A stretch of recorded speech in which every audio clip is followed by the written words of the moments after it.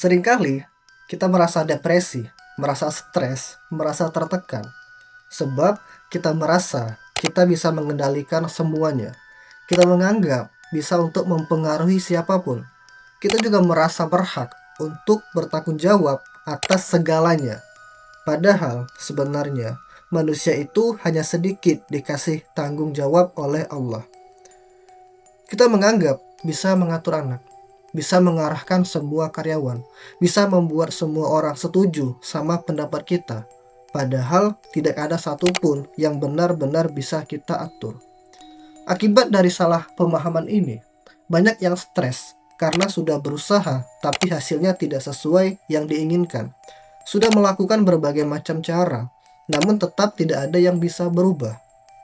Di video ini, kita akan membedah kenapa kita gampang stres dan mudah depresi, dan kenapa ada orang yang bisa begitu santai menjalani kehidupan. Apa rahasianya? Mari kita mulai videonya.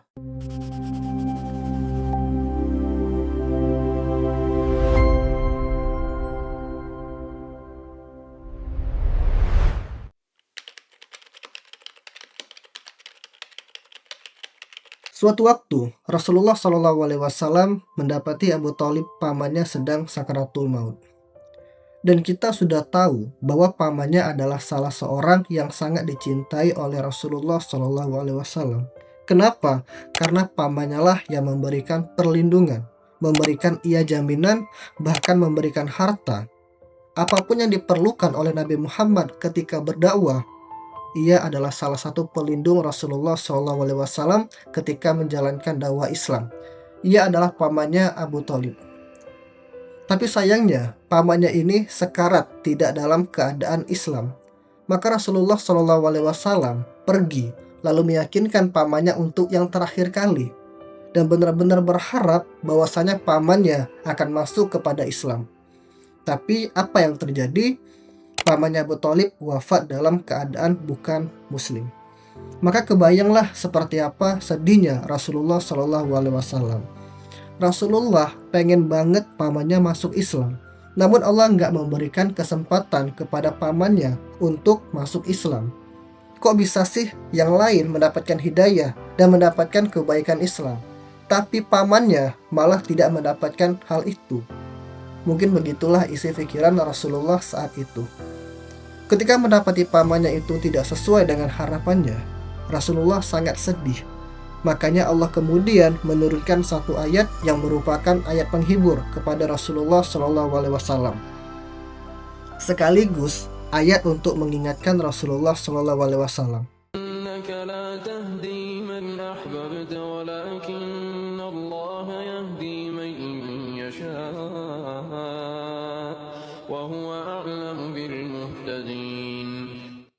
Maka Allah berfirman, sesungguhnya kamu tidak akan dapat memberi petunjuk kepada orang yang kamu kasihi, tetapi Allah memberi petunjuk kepada orang yang dikehendakinya, dan Allah lebih mengetahui orang-orang yang mau menerima petunjuk.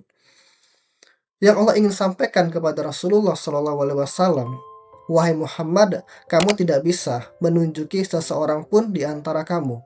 Wahai Muhammad, hidayah itu bukan milik kamu. Kamu nggak bisa ngasih hidayah kepada orang yang kamu kehendaki. Akulah yang memberikan hidayah itu kepada orang yang aku kehendaki. Dan Allah menutup ayatnya dengan kalimat, aku lebih tahu tentang siapa yang layak untuk mendapatkan hidayah. Maka ayat ini seolah-olah ingin menyampaikan kepada Rasulullah SAW yang mungkin pada saat itu dituduh gagal, atau pada saat itu dibilang nggak mampu mendakwakan Islam. Atau yang pada saat itu ada yang bilang, bagaimana dia bisa nyelamatin orang-orang yang lain? Orang yang paling dekat saja dia nggak bisa nyelamatin. Pamannya saja dia nggak bisa jadikan Islam. Bagaimana mungkin bisa nyelamatin orang yang lainnya? Dalam kondisi kayak begitu, Allah sampaikan kepada Nabi Muhammad, wahai Muhammad, kamu bukannya ngasih hidayah. Tidak ada satupun manusia yang bisa ngasih hidayah. Akan tetapi hidayah itu punya aku, kata Allah, dan aku kasih kepada siapapun yang aku kehendaki, yang aku kira layak untuk mendapatkan hidayah Islam. Maka dari sini kita dapat memahami ada dua daerah. atau dua wilayah pada kehidupan manusia. Pertama adalah wilayah yang dia tidak bisa kuasai, dan yang kedua adalah wilayah yang dia bisa kuasai. Maka seolah-olah Allah ingin menyampaikan kepada Nabi Muhammad, "Wahai Muhammad, menunjuki manusia siapa yang dapat hidayah dan dia bisa beriman kepada Allah, itu bukan tanggung jawabmu sama sekali." Maka kalau ada orang yang beriman kepada Allah, itu berarti kehendak Allah. Kalau ada orang yang enggak beriman pada Allah, itu juga bukan urusanmu. Itu adalah urusannya Allah. Kenapa? Karena memberikan keimanan itu di luar kemampuan kita. Kita hanya melakukan dakwah dan menyampaikan Islam dengan sebaik-baiknya. Perkara mereka mau menerima atau tidak, itu bukan lagi wilayah kita. Dan kita hanya bisa berdoa semoga Allah memberikan hidayah kepadanya.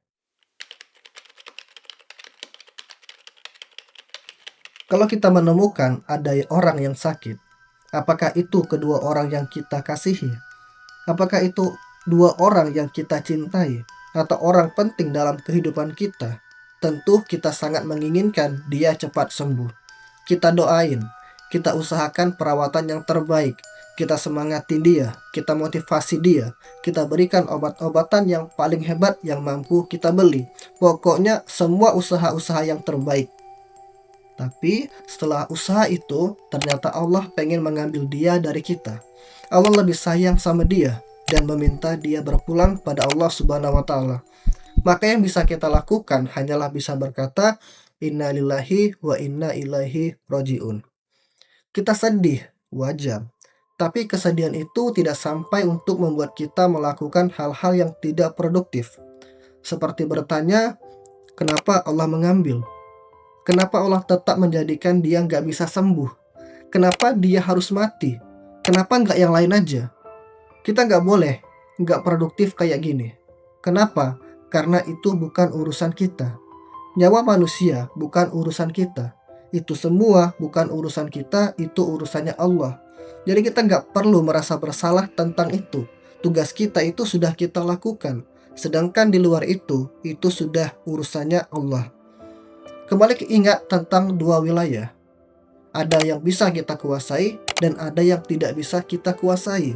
Wilayah yang kita kuasai, kita harus ikhtiar maksimal. Sementara hasilnya itu bukan lagi wilayah kita. Disitulah kita bertawakal kepada Allah, menyerahkan semuanya kepada Allah, karena itu sudah menjadi urusannya Allah.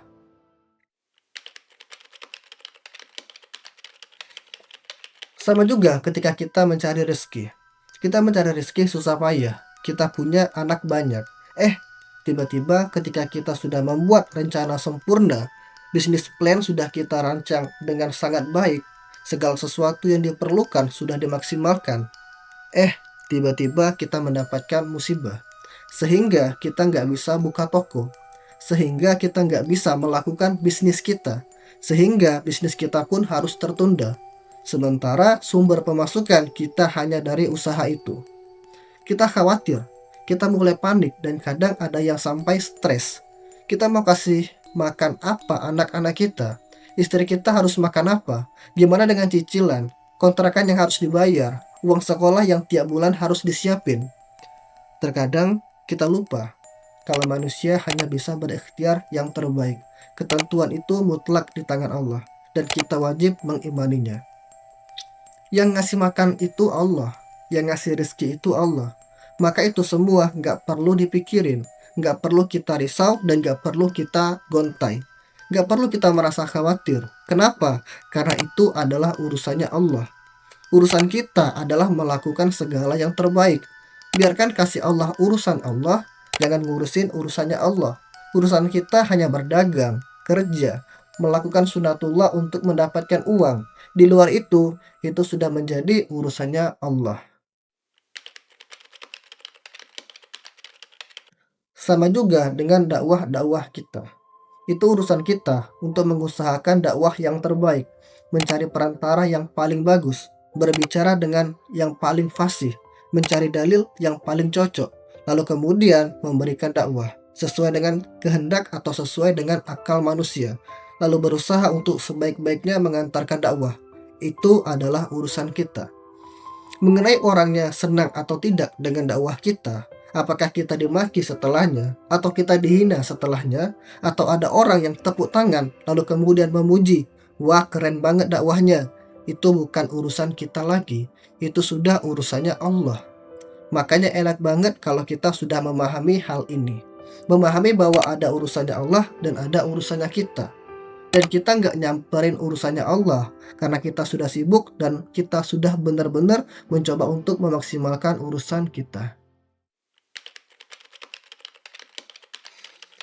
Dalam panah itu ada ungkapan begini, menarik panah itu adalah urusan kita. Menarik panah adalah usahanya manusia. Setelah kita melepas anak panah yang kita sudah lepas, maka itu sudah takdirnya Allah dan jadi ikhtiarnya kita. Cuma pada tarik saja dan sampai di titik itu saja. Jadi, memegang panah hanya itu ikhtiar kita. Mencari panah yang terbaik itu ikhtiar kita. Memasang vanes yang paling bagus itu ikhtiar kita. Memasang poin itu ikhtiar kita. Memilih busur yang benar itu juga ikhtiar kita. Setiap mempelajari cara menarik, cara berdiri, cara teknik-teknik memanah, dan segala macam itu adalah ikhtiar kita. Tapi setelah kita tarik dan kita lepas anak panahnya itu, dan setelah kita lepas, maka itu sudah jadi takdirnya Allah Subhanahu wa taala. Maka orang-orang yang memanah itu diajari dari awal, kalau tepat, maka Allah yang harus dipuji. Kalau tidak tepat, maka jangan untuk menghina orang yang gak tepat, ataupun menghina atau mencela lemparan kita yang gak tepat. Jangan pula beralasan, kalau tepat alhamdulillah, kalau tidak tepat ya sudahlah. Jadi fokuslah kepada yang bisa kita usahakan. Jangan fokus kepada yang gak bisa kita usahakan. Karena itu adalah urusannya Allah.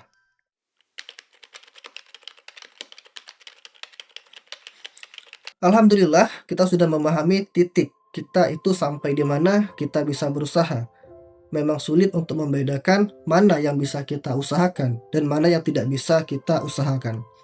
Makanya para ahli ilmu itu berkata, perbanyaklah berdoa kepada Allah. Ya Allah, berikanlah aku kekuatan untuk bisa mengubah apa yang bisa aku ubah, dan berikanlah aku kesabaran untuk bisa bersabar atas apa yang tidak bisa aku ubah. Dan berikanlah kebijaksanaan untuk membedakan mana yang bisa aku ubah dan yang gak bisa aku ubah. Karena memang agak sulit membedakan mana yang bisa kita ubah dan mana yang gak bisa kita ubah. Contoh misalnya, ada seseorang yang sakit dan dia sudah berusaha semaksimal mungkin memberikan pengobatan yang paling bagus, memberikan perawatan yang paling bagus, menyiapkan segala macam sesuai dengan prinsip-prinsip kesehatan, dan dia masih mendapati keluarganya yang dia cintai atau orang lain yang dia kasihi diambil oleh Allah Subhanahu wa taala. Maka dia stres dan dia depresi. Dia merasa bahwa dia bertanggung jawab atas apa yang telah menimpanya. Padahal Allah nggak ngasih tanggung jawab di situ. Itu sudah jadi urusannya Allah. Dia merasa dia bisa untuk mengurusi ajal. Dia merasa dia bisa menentukan yang mana hidup dan mana yang mati. Ini adalah kontraproduktif, ini adalah sesuatu yang salah. Tapi ada juga salah dari sisi lain. Kalau tadi salahnya adalah dia merasa bisa ngurusin hal-hal yang gak bisa diubah. Dia merasa bisa mengendalikan perkara-perkara yang gak bisa diubah. Tapi ada satu lagi, yaitu adalah orang yang gak mengubah perkara-perkara yang bisa diubah. Orang yang berusaha tidak maksimal dalam perkara-perkara yang mampu dia lakukan. Padahal itu yang bisa dia kuasai. Dan dia bisa kendalikan. Dan dia beralasan ini sudah takdir. Contoh, misalnya ada orang yang datang ke kantor telat setiap hari. Datangnya telat terus. Harusnya dia datang jam 8, tapi datangnya jam 9.30. Ketika ditanya, "Kenapa kamu telat?" Jawabannya adalah karena sudah takdir, Pak. Maka ini adalah contoh orang yang males gak mau berusaha. Contohnya lagi, misalnya dia sudah tahu bahwasanya di depan itu ada problem, ada wabah misalnya, di depan itu ada penyakit menular. Tapi dia mengatakan, udahlah, urusan mati atau hidup adalah urusannya Allah. Urusan Allah kalau saya mati karena wabah. Saya juga mati syahid kok, anggapannya. Maka dia kemudian pergi ke sana tanpa perlindungan, tanpa protokol kesehatan, tanpa melakukan apapun. Lalu setelah sampai di situ, dia terkena wabah dan dia meninggal. Kalau ada wabah seperti di zaman Umar misalnya, maka orang ini adalah orang yang tidak memperhatikan usaha. tidak melakukan ikhtiar. Padahal ini adalah perkara-perkara yang bisa dia kuasai, yang bisa dia ubah, gitu maksudnya. Bukan perkara yang sudah menjadi takdirnya Allah Subhanahu wa taala. Makanya dalam kasus ini Rasulullah mencontohkan ketika pergi jihad fisabilillah itu pernah Rasulullah memakai baju zirah 2 lapis. Kenapa? Karena ini berada dalam wilayah kekuasaannya Rasulullah. Rasulullah mencontohkan, memang Allah pasti akan membantu orang-orang mukmin. Allah pasti akan memenangkan orang-orang mukmin, tapi ikhtiarnya harus disempurnakan dulu. Kenapa? Karena itulah namanya jihad. Jihad itu menyempurnakan ikhtiar, memaksimalkan perkara usaha. Maka kalau orang yang sudah maksimal dalam perkara usahanya, melakukan apapun yang dia bisa lalu dia berjihad di jalan Allah, maksimal dalam persiapannya, maksimal dalam amalnya, lalu tetap dia meninggal, itulah namanya syahid. Ketika Rasulullah tidak bisa mengislamkan pamannya, bukan berarti juga dakwahnya gagal. Tapi memang ini sudah ketentuan Allah. Ya udah mau gimana lagi, itu kan bukan urusannya Rasulullah untuk memberikan hidayah. Apalagi bisa jadi ada banyak hal yang kita tuh harusnya nggak usah mikirin. Dan kita tuh jadi stres karena kita mikirin perkara-perkara yang harusnya kita nggak mikirin. Kenapa? Harusnya kita nggak mikirin, karena Allah tahu kita nggak bisa berbuat apapun. Jadi apa yang harus kita lakukan? Beramal maksimal dan kemudian berusaha sebisa mungkin dalam perkara-perkara yang kita bisa kuasai. Karena juga ada banyak banget perkara-perkara kita nggak bisa kita kuasai. Makanya mungkin sebagian besar stres kita itu adalah ketika kita itu merasa bisa mengendalikan segala sesuatu, merasa bisa mengendalikan anak, merasa berpengaruh pada anak, merasa punya kontrol terhadap anak. Maka ketika anak kita berbuat segala sesuatu kita nggak suka, kita jadi stres dan kita jadi depresi.